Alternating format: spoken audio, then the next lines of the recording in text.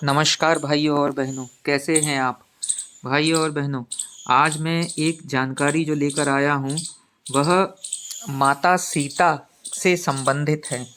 माँ सीता जब लंका में रावण के पास उनकी वाटिका में थी तो एक तिनका, घास के एक तिनके का, जब भी वह रावण उनके पास आता था तो वह एक घास का तिनका उठा लेती थी। इस तिनके के संबंध में मैं आपको इस घास के तिनके का रहस्य बताना चाहता हूँ कि इस तिनके का क्या रहस्य है और वह ऐसा क्यों करती थी।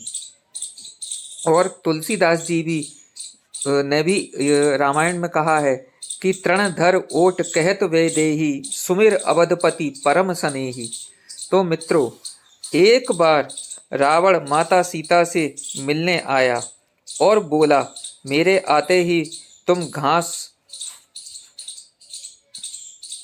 का तिनका उठाकर उसे ही घूर घूर कर देखने लगती हो। क्या घास का तिनका तुम्हें राम से ज़्यादा प्यारा है? रावण के इस प्रश्न को सुनकर माँ सीता बिल्कुल चुप हो गईं और उनकी आंखों से आंसुओं की धार बह पड़ी और विवाह पश्चात अयोध्या में हुई घटना याद करने लगी। अब वो घटना क्या थी? जब श्री राम जी का विवाह सीता जी के साथ हुआ, प्रथानुसार नववधू विवाह पश्चात जब ससुराल आती है तो उसके हाथ से कुछ मीठा पकवान बनवाया जाता है। इसलिए सीता ने उस दिन अपने हाथों से घर पर खीर बनाई, जिसमें समस्त परिवार, राजा दशरथ एवं तीनों रानियों सहित चारों भाई सहित ऋषि संत भी भोजन पर आमंत्रित थे।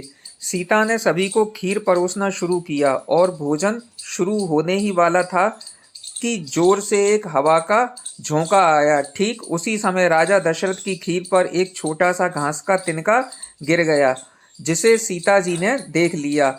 लेकिन अब खीर में हाथ कैसे डालें?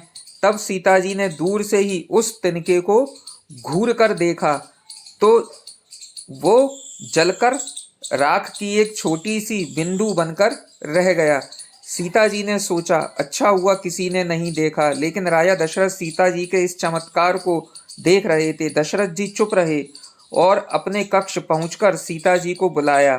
फिर उन्होंने सीता जी से कहा कि मैंने आज भोजन के समय आपके चमत्कार को देख लिया था। आप साक्षात जगत जननी हैं, जगत जननी स्वरूपा है। लेकिन एक बात आप मेरी जरूर याद रखना, आपने जिस नज़र से आज उस तिनके को देखा था, उस नज़र से आप अपने शत्रु को भी कभी मत देखना। इसलिए सीता जी के सामने जब भी रावण आता था तो वो उस घास के तिनके को उठाकर राजा दशरथ की बात याद कर लेती थी। माता सीता चाहती तो रावण को उस जगह पर ही राख कर देती। भाइयों बहनों, लेकिन राजा दशरथ जी को दिए वचन एवं भगवान श्री राम को रावण वध का श्रेय दिलाने के लिए वह शांत रहीं। तो भाइयों और बहनों, आपको यह जानकारी कैसी लगी मुझे कमेंट करके ज़रूर बताइएगा। रामायण में आपने यह किस्सा ज़रूर देखा होगा कि जब जब रावण सीता माँ के सामने आया था तो उस अशोक वाटिका में सीता माँ ने हमेशा एक तिनका उठा लिया था और तब वो रावण से वार्तालाप करती थी, उनसे बात करती थी।